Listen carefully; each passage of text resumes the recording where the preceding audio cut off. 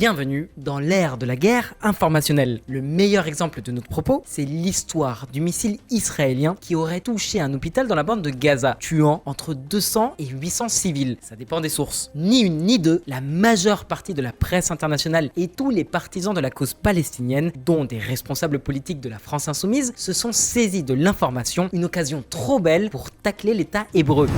Pour Mathilde Panot, Israël est responsable de l'explosion de l'hôpital de Gaza, selon l'hypothèse la plus crédible. Mais pas de bol, l'information a été démentie et pas par n'importe qui. L'ironie de l'histoire, c'est que ce sont les images tournées par Al Jazeera, la plus grande chaîne d'information dans le monde arabo-musulman, qui ont permis de démontrer que c'était un missile tiré soit par le Hamas, soit par le djihad islamique palestinien, qui aurait dévié de sa trajectoire à cause d'un dysfonctionnement et qui se serait abattu sur l'hôpital. Des conclusions partagées évidemment par le renseignement israélien, mais aussi par les renseignements occidentaux, dont les renseignements français. Hôpital à Gaza. Une source militaire européenne attribue l'explosion à un tir raté des roquettes. Explosion à l'hôpital Al-Ali de Gaza. Les renseignements militaires français privilégient l'hypothèse d'une roquette palestinienne. D'ailleurs, l'importance de l'explosion suggère qu'on a pu exagérer le nombre de morts. Bref, c'est pas étonnant, ça s'inscrit dans un narratif. Et dans ce même narratif, il y a une accusation qui revient souvent. Israël serait un état d'apartheid. Et dans cette vidéo, on va discuter de si c'est vrai ou pas. Mais on vous prévient, notre conclusion est très ambiguë. Certaines pratiques sont en effet assimilables à une politique d'apartheid. Et en même temps, il y a un contexte, des circonstances qui expliquent le pourquoi du comment. Allez, c'est parti, yallah.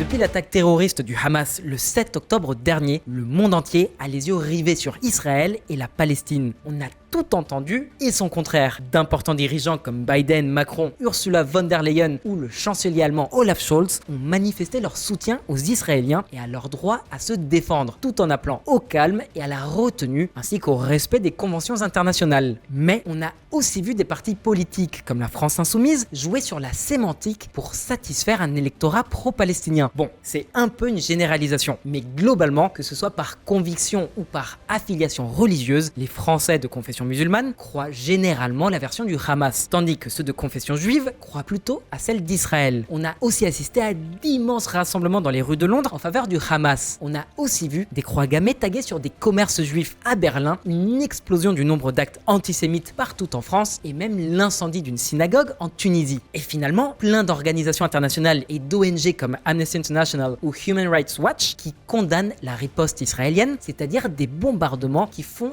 des milliers de victimes civiles côté gazaoui. Après, faut pas oublier que depuis le premier jour de l'attaque, le Hamas a tiré presque 10 000 roquettes sur l'État d'Israël. Donc c'est un peu normal que l'État hébreu ne reste pas les bras croisés. Ceci dit, le nombre de victimes civiles est affolant et on ne peut qu'espérer une sortie rapide du conflit. Bref, ça, c'était pour le contexte. C'est un conflit très polarisant et il y a des positions excessives des deux côtés. Aujourd'hui, on va aborder un argument qui est invoqué de manière très récurrente par la presse et par les militants pro-palestiniens. On va définir si Israël est effectivement ou non un état d'apartheid.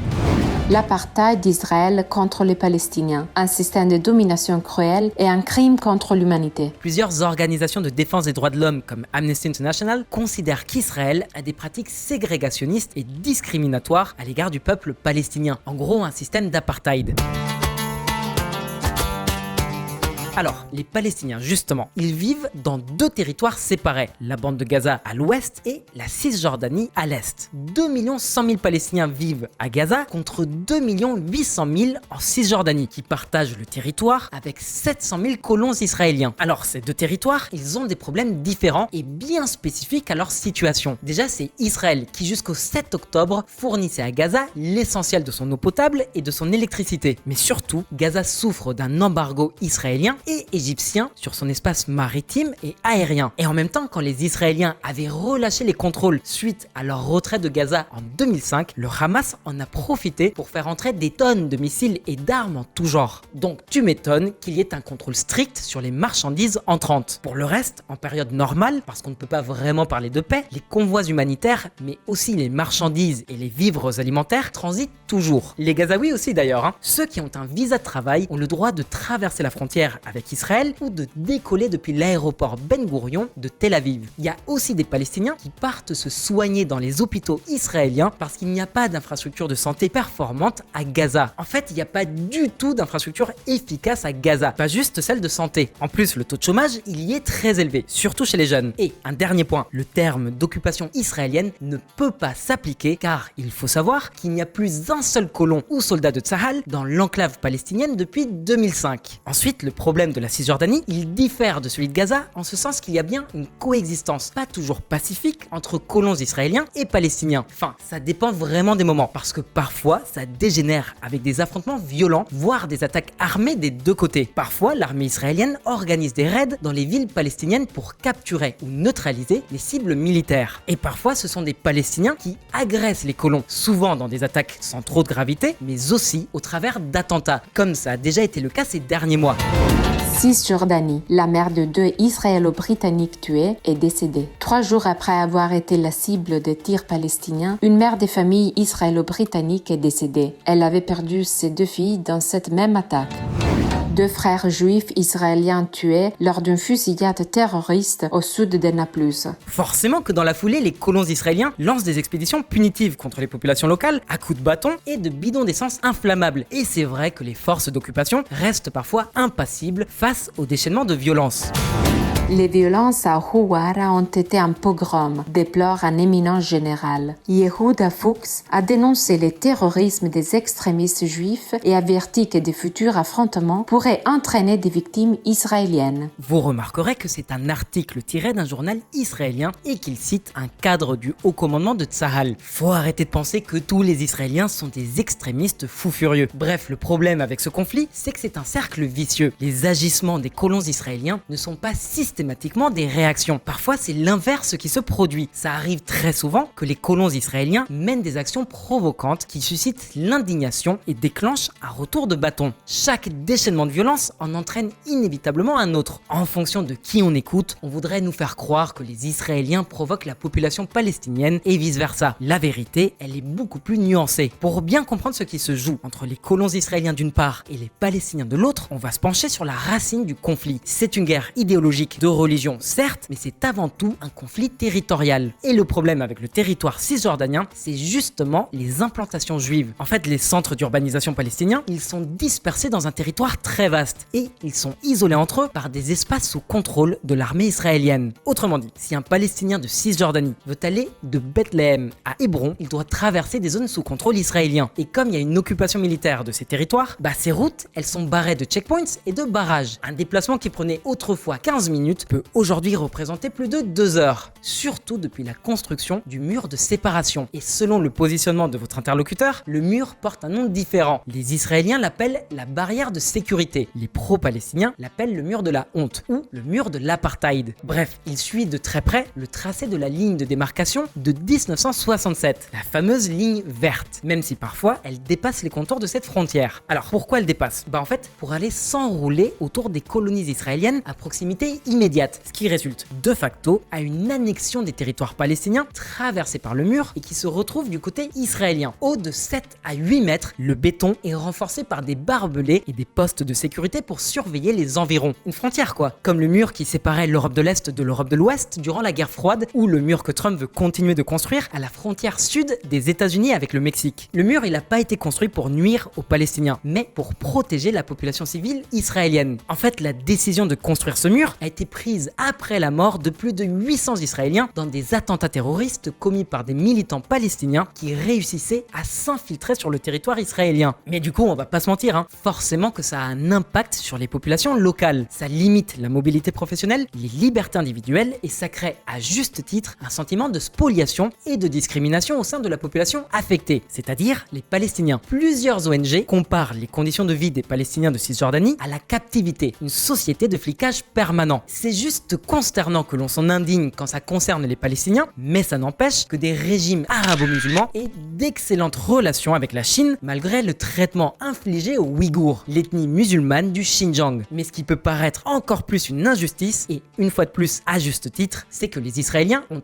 eux la possibilité de se déplacer beaucoup plus librement en Cisjordanie. Enfin, pas tout à fait, mais on verra plus tard pourquoi. Mais bon, ça crée de facto une société à deux vitesses entre les Palestiniens, des citoyens de seconde classe, pardonnez-moi l'expression, discriminés sur la base de leur nationalité sur leur propre territoire, et les colons israéliens, des citoyens de première classe. Et les discriminations ne concernent pas uniquement la liberté de mouvement, il y a aussi des inégalités au niveau des droits civiques. Par exemple, les Palestiniens de Cisjordanie et de Gaza n'ont pas le droit de vote dans les élections israéliennes, ni la nationalité israélienne. Ça paraît logique, mais comme c'est l'un des arguments invoqués par les organisations de protection des droits de l'homme, ça mérite d'être évoqué. Ça vaut ce que ça vaut. On vous laisse vous faire votre propre avis. Du point de vue juridique, les colons israéliens et les Palestiniens n'ont pas non plus les mêmes droits. Si la situation où un Palestinien commet un crime, il sera jugé par un tribunal militaire israélien, alors que les colons, eux, ils seront jugés par un tribunal civil. Il y a donc bien deux systèmes juridiques différents, un pour les arabo-musulmans de Palestine et l'autre pour les juifs. Bon, les ennuis, ils ne s'arrêtent pas là. Jusqu'à présent, on vous a parlé des Palestiniens qui vivent à Gaza et en Cisjordanie, donc ils n'ont ni la nationalité ni la citoyenneté israélienne. Or, il s'avère qu'il y a plein d'Arabes d'origine palestinienne qui vivent eux en Israël et à la différence des premiers, ils ont la nationalité israélienne. Ils sont à peu près 2 millions. Pour faire court, on les appelle les Arabes israéliens. Donc, en théorie, ce sont des citoyens israéliens qui jouissent des mêmes droits que leurs concitoyens juifs. Sauf que là encore, les organisations de défense des droits humains soulignent les traitements inégaux entre les juifs et les Arabes israéliens. D'après celle-ci, la population arabe israélienne est parquée dans des ghettos et leurs enfants sont obligés d'aller à des établissements scolaires réservés aux Arabes. On parle aussi du fichage religieux sur les Théoudat Zéhout, les cartes d'identité israéliennes. Bref, toutes ces accusations de la part des ONG visent à démontrer qu'Israël est un état d'apartheid, comme l'a été l'Afrique du Sud sous domination blanche en son temps. Rappelez-vous qu'en Afrique du Sud, des décennies durant, la population noire, pourtant majoritaire, a vécu sous un régime extrêmement injuste. Les Noirs étaient discriminés et victimes d'une ségrégation raciale systémique. Ils étaient obligés de vivre dans certaines zones qu'ils ne pouvaient pas quitter, un peu comme les Palestiniens de Cisjordanie. Les Noirs n'avaient pas le droit de vote. Ils étaient soumis à un système juridique différent et beaucoup plus strict. Ils n'étaient pas autorisés à participer à la vie politique du pays et ils avaient moins de droits que les Blancs. L'apartheid sud-africain a démarré en 48 et il a survécu jusqu'en 91. C'est l'un des épisodes contemporains les plus marquants pour illustrer le racisme institutionnel. Les deux autres grands exemples qui peuvent résonner, certes plus anciens, ce sont celui des Juifs sous le Troisième Reich et celui de la ségrégation raciale aux États-Unis qui a duré légalement jusqu'en 64, même si dans les faits, il s'est prolongé un peu plus. Dans cette vidéo, on va voir si le système politique israélien peut vraiment être comparé au régime d'apartheid sud-africain. Écoute bien.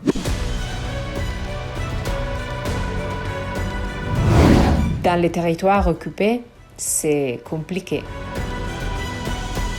La vérité les gars, c'est que tous ces arguments, ils ne tiennent pas la route. Oui c'est vrai, il y a des pratiques qu'on peut facilement condamner. Ce qu'on s'est pas privé de faire déjà plein de fois sur cette chaîne, surtout la politique expansionniste des gouvernements successifs de Netanyahou. Mais si les Palestiniens vivaient vraiment dans une prison à ciel ouvert, comment est-ce que les organisations militaires réussissent à faire entrer de quoi fabriquer des milliers de missiles, des armes à feu très modernes, des paramoteurs? En gros, tout ce dont ils avaient besoin pour planifier l'assaut du 7 octobre contre la population civile israélienne. C'est entré comment?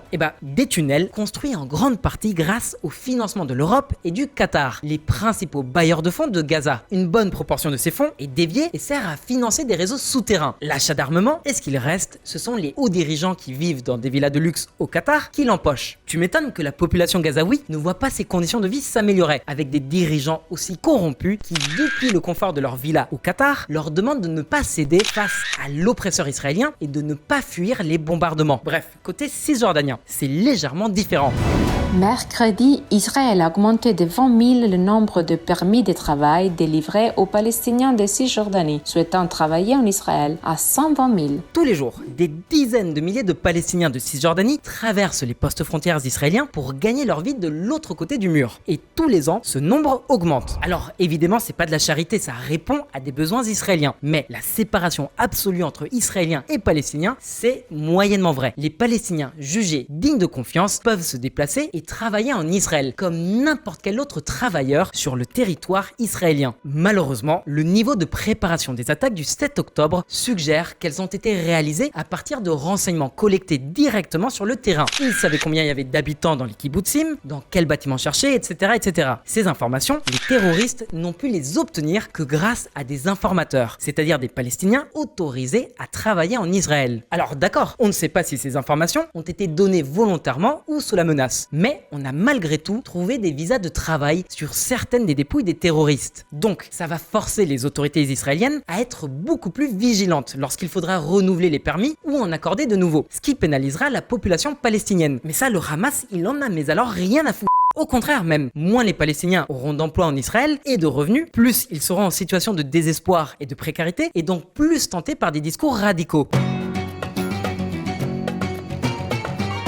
Bref, tout ça pour dire que non, tous les Palestiniens ne sont pas dans une prison à ciel ouvert. En fait, ça dépend s'ils sont gazaouis ou cisjordaniens. Je le répète encore une fois, il n'y a pas de colonisation de Gaza. Comme on te l'a expliqué dans cette vidéo précédente, en 2005, le premier ministre de l'époque, Ariel Sharon, a décidé unilatéralement d'expulser 8500 colons israéliens de Gaza par Tsahal et son retrait dans la foulée. Depuis, il n'y a plus un seul Israélien à Gaza. C'est exclusivement le Hamas qui contrôle la bande de Gaza. Gaza est de facto une sorte d'État indépendant, autonome, souverain. Il a ses propres lois, son propre système politique et sa propre armée. Enfin, plusieurs. Les brigades Al-Qassam du Hamas et les combattants du djihad islamique. Israël n'a actuellement aucune influence sur les affaires internes de Gaza. Par contre, le Hamas a promis la destruction de l'État d'Israël. Donc, comme tout pays censé, c'est normal que l'État hébreu ait sécurisé sa frontière avec Gaza pour justement éviter le genre d'attaque comme celle du 7 octobre. Par contre, comme ça fait des années que le Hamas tire des roquettes au pif sur le territoire israélien, au risque de tuer des innocents, il arrive qu'Israël riposte en ciblant des objectifs militaires à Gaza. Or, les militants du Hamas et du djihad islamique se fondent dans la population civile qu'elles utilisent comme bouclier humain. Ils n'hésitent pas à planquer leurs dépôts de munitions et leurs centres opératifs sous des bâtiments publics, écoles ou hôpitaux. Mais surtout, le gouvernement israélien a mis en place un embargo sur l'enclave palestinienne de Gaza pour sanctionner le régime du Hamas. Un embargo qui d'ailleurs est également suivi par l'Égypte, qui a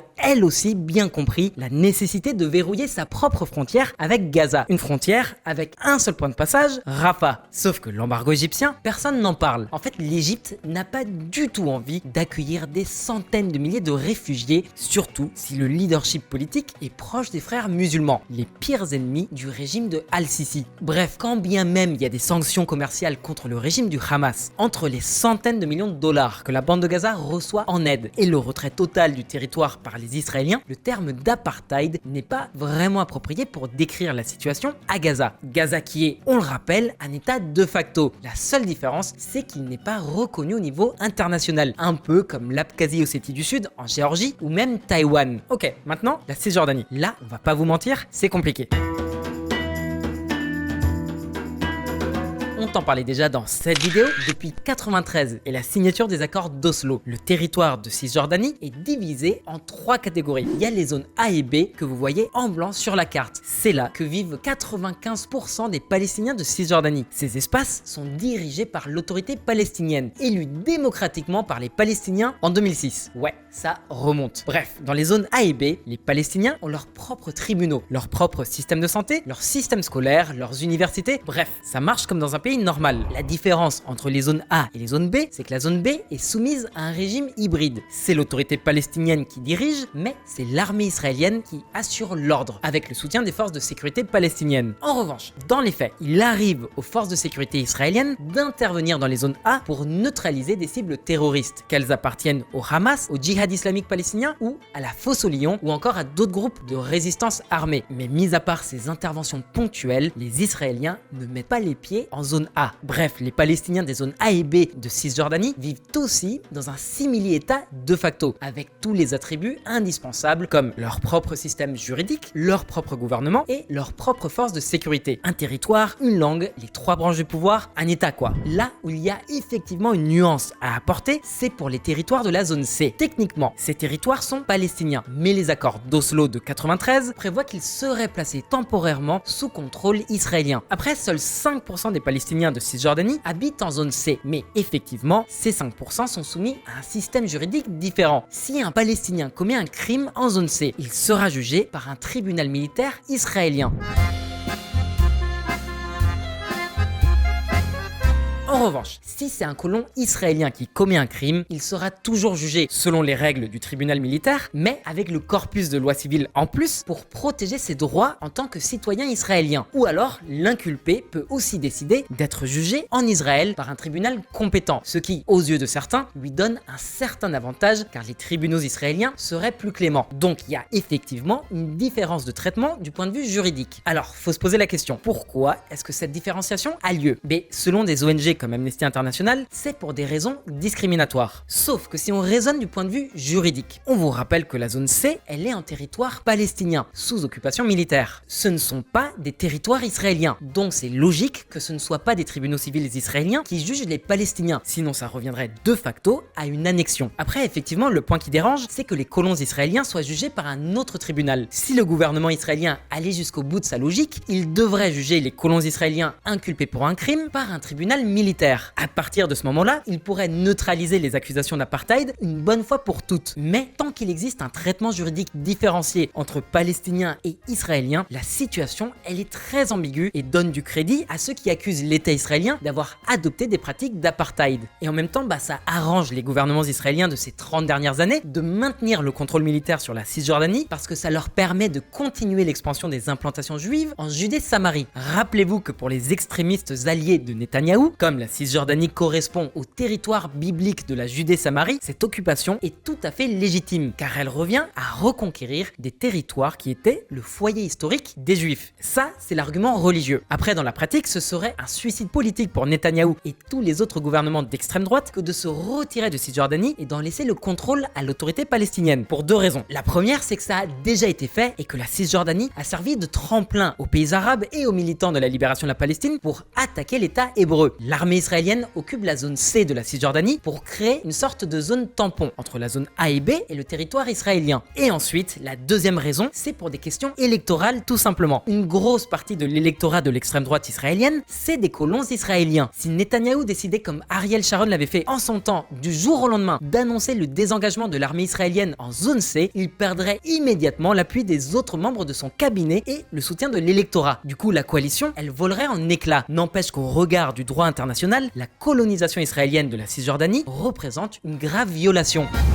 Les colonies israéliennes n'ont aucune validité juridique et constituent une violation flagrante du droit international. Ok, maintenant qu'on a compris que les Palestiniens de Cisjordanie avaient leur propre état de facto, qu'en est-il de leur liberté de mouvement? Est-ce qu'ils sont dans une prison à ciel ouvert ou est-ce qu'ils peuvent se déplacer librement sur le territoire? Mais là aussi c'est compliqué. Ils peuvent aller où ils veulent, mais c'est vrai qu'à cause des checkpoints militaires, ça complique tout. Après, à la base, c'est le propre d'une occupation militaire. Elle est là pour régler un problème sécuritaire. En attendant, forcément, ça crée des embouteillages et il y a parfois des fouilles arbitraires et intrusives. Par contre, les images qu'on voit souvent des gens qui font la queue pour passer un tourniquet et qui doivent passer un détecteur de métal, ça c'est la frontière israélienne. Et pour le coup, si vous voyagez souvent, il n'y a rien de vraiment étonnant. N'importe quel pays est dans son droit de s'assurer que les gens qui entrent dans son territoire ne représentent pas une menace pour la société. D'autant plus si le territoire d'où viennent ces travailleurs quotidiens accueille une importante activité terroriste, genre le djihad islamique palestinien ou la fosse aux lions. N'empêche que ce contrôle des mouvements que certains trouvent excessif et injuste à juste titre, ça a des conséquences. De 1, ça nourrit le ressentiment de la population des territoires occupés, soumise au dictat de la force d'occupation, ce qui entraîne inévitablement une réponse violente. Et de 2, c'est vrai que ça limite pas mal le développement économique du territoire. Après, encore une fois, faut pas céder à la propagande, qu'elle soit palestinienne palestinienne ou israélienne. Faut relativiser l'importance des phénomènes dénoncés. L'ONG B'Tselem, par exemple, qui dénonce l'apartheid israélien en prenant l'exemple du réseau routier. Et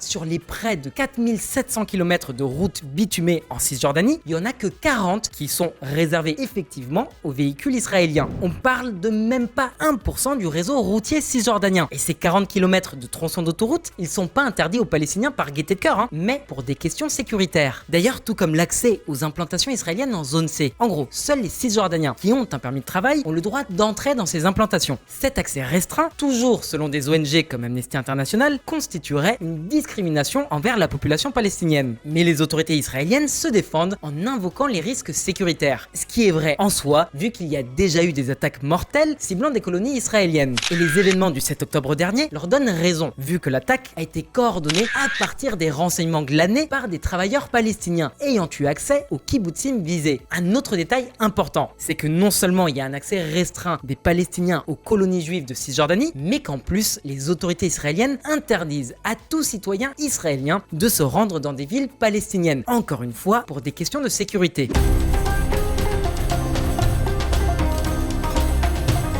Bref, les restrictions de mouvement concernent autant les Israéliens que les Cisjordaniens, donc en l'occurrence pas vraiment de traitement de faveur. Surtout qu'en plus, l'autorité palestinienne, elle, mène une politique clairement discriminatoire à l'égard des Israéliens. Par exemple, ils n'ont pas le droit d'acheter de maisons en Cisjordanie.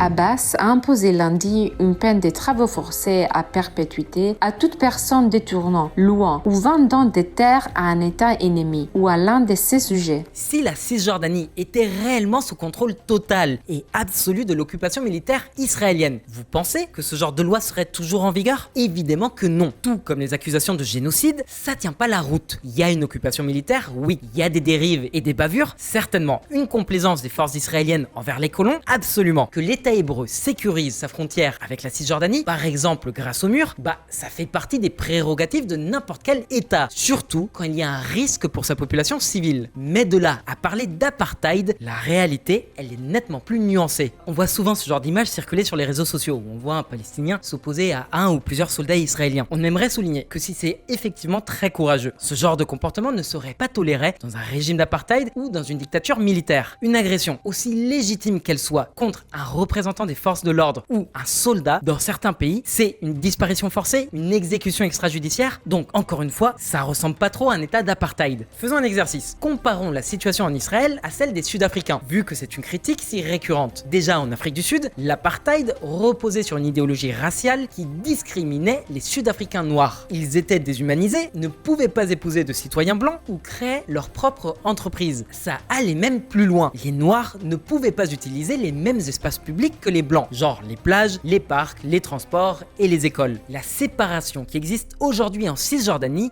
c'est pas une ségrégation raciale, c'est une question de citoyenneté et de sécurité. 95% des Cisjordaniens, arabo-musulmans, vivent sous des lois palestiniennes. Un citoyen israélien, qu'il soit juif, laïque, musulman, chrétien, vit sous les lois israéliennes. À la rigueur, si vous voulez parler de ghetto, ceux qui vivent sous haute surveillance dans des espaces reclus, ce sont les Israéliens, pas les Palestiniens. Mais bon, vu le contexte de colonisation, on peut comprendre le retour de bâton auquel s'exposent les colons israéliens. Forcément qu'il y a un côté provoque quand tu t'installes légalement ou pas dans un territoire où t'es pas le bienvenu, quand bien même tu te crois légitime parce qu'il y a 2000 ans, tes ancêtres se sont fait chasser de Judée-Samarie. Bref, ça c'était pour le volet du traitement différencié en territoires occupés. Maintenant, on va voir ce qu'il se passe à l'intérieur de l'État israélien. Un apartheid interne? C'est vrai que jusqu'à il y a quelques années, l'État israélien différenciait les individus en fonction de leur appartenance ethnique et religieuse. Il y avait effectivement un moyen de distinguer les citoyens israéliens sur leur carte d'identité. Sauf que cette mention, elle a été supprimée des cartes d'identité en 2014. Donc il y a un progrès en faveur de l'égalité et de la justice. Surtout qu'il y a des pays comme les USA où cette pratique existe encore et où elle peut favoriser les minorités grâce aux mécanismes de discrimination positive, genre des quotas dans les universités. En Israël, ça se traduit surtout par l'obligation ou pas de faire son service militaire. Mais on reviendra sur ce point plus tard. Ensuite, c'est vrai que l'État d'Israël se présente au monde comme la nation des Juifs, ce qui suggère de facto une discrimination à l'encontre des citoyens non juifs. Netanyahou défend la loi sur Israël, État-nation du peuple juif. C'est également vrai qu'il existe des ghettos juifs et musulmans, des écoles juives, des yeshivas ou coraniques, des madrasas. Chaque religion a ses lieux de culte. Il y a des synagogues, logique, mais il y a aussi des mosquées et des églises. Mais est-ce qu'on peut parler de discrimination? On va y aller point par point. Déjà, les ONG accusent l'État hébreu de discriminer les Arabes israéliens pour les postes dans la fonction publique. En fait, c'est pas aussi facile qu'elle voudrait nous le faire croire. Prenons l'exemple de Tsahal, l'armée israélienne. Tous les Israéliens sont tenus de faire leur service militaire, qui varie entre 2 et 3 ans selon si vous êtes un homme ou une femme. Mais certains groupes de la population israélienne en sont dispensés, comme par exemple les Juifs orthodoxes, mais aussi les Arabes israéliens. Après, ils peuvent se porter volontaires, rien ne les empêche. Il y a des unités pour les orthodoxes, ils peuvent continuer leurs rituels ou alors ils peuvent intégrer des unités mixtes et laïques. Il y a aussi des unités druzes, donc composées d'arabo-musulmans. Sauf qu'effectivement, pour des questions de sécurité nationale, certains postes dans l'administration publique sont réservés à ceux qui ont réalisé leur service militaire. Donc, si vous êtes un arabe israélien et que vous avez décidé de ne pas faire votre service militaire, oui, ce poste vous est inaccessible. Mais c'est pareil avec les juifs orthodoxes. C'est pas une discrimination anti-arabe. D'ailleurs, les cathos non plus ne sont pas forcés de faire leur service militaire. Mais ça aussi, personne n'en parle parce que ça déconstruit le narratif de l'apartheid israélien. Ok, maintenant, qu'en est-il des ghettos et des établissements scolaires juifs et musulmans? Mais les gars, ça marche comme en France en fait. C'est sur la base du volontariat. Ces écoles, c'est vous qui décidez si vous voulez y inscrire vos mioches ou pas. Rappelez-vous que 20% de la population israélienne est musulmane. S'ils veulent envoyer des enfants dans des écoles musulmanes, ils en ont le droit. Tout comme ils ont le droit de mettre leurs enfants dans des écoles publiques. Et c'est exactement pareil avec les ghettos. À Paris, t'as le 13e où il y a une très forte communauté asiatique. Dans le Marais ou dans le 16e, t'as plein de fudge. À New York, t'as Little Italy. Enfin, c'est normal, t'as compris, ça existe dans tous les pays occidentaux. Il n'y a pas de plan machiavélique du gouvernement israélien pour enfermer les musulmans en Israël. On n'est pas dans le Xinjiang, mais apparemment le traitement des musulmans en Chine, ça scandalise personne. Alors que là, il y a une véritable politique génocidaire d'apartheid qui est en œuvre. Bref, les critiques d'Israël, elles sont souvent très inconsistantes. J'ai dit souvent, pas systématiquement. Le fait est que, à une ou deux exceptions près, genre le mariage civil qui n'existe pas en Israël, il n'y a que les mariages religieux qui sont reconnus, les citoyens israéliens ont tous les mêmes droits, qu'ils soient juifs, cathos, musulmans. La Knesset, le parlement israélien, compte pas moins de 10 députés arabo-musulmans. Il y a même eu un ministre arabo-musulman dans le cabinet précédent. 16% des juges, l'une des plus hautes fonctions de l'État, sont arabes. Il y a aussi des profs d'université et des médecins arabes. Si la société était si injuste avec les arabes israéliens, alors pourquoi est-ce qu'il y en a tant qui s'engagent dans l'armée? C'est le syndrome de Stockholm? Non, c'est juste que eux, ils sont sur place et la fable de l'apartheid, ils n'y croient pas. Alors évidemment que tout n'est pas rose. Il y a des inégalités sociales très marquées. Il y en a aussi en France. Suffit d'aller dans les quartiers. Une bonne partie de la population des cités est issue de l'immigration. C'est regrettable, il y a de l'injustice et ce sont des problèmes qu'on doit collectivement reconnaître pour mieux les surmonter. Mais on pense qu'il y a de la marge avant qu'on puisse appeler la France un régime d'apartheid. C'est une démocratie imparfaite. Bon, c'est pareil en Israël. Au-delà de l'égalité de fait, qu'elle soit juridique ou civile, mais c'est vrai que les autorités israéliennes favorisent les communautés juives par rapport aux autres, quand il s'agit par exemple d'accorder des subventions publiques. Les Haredim, les juifs ultra-orthodoxes, en sont le meilleur exemple. Ils bossent pas, passent leur journée à la yeshiva, laissent leur épouse s'occuper de tout, le boulot, les enfants. Ils refusent pour la plupart de faire leur service militaire. Mais ça fait partie des contradictions de l'État israélien. Et un jour, faudra traiter le problème. On en parlera un jour dans une vidéo à part entière sur Diplo. Donc pensez bien à vous abonner. N'empêche qu'Israël a beau être la nation juive, ça reste un État séculier. Le judaïsme n'est pas la religion d'État. Et l'arabe est l'une des langues officielles du pays au même titre que l'hébreu. Tous les cultes sont autorisés. Et le gouvernement subventionne aussi, même si dans une moindre mesure, la communauté arabo-musulmane d'Israël.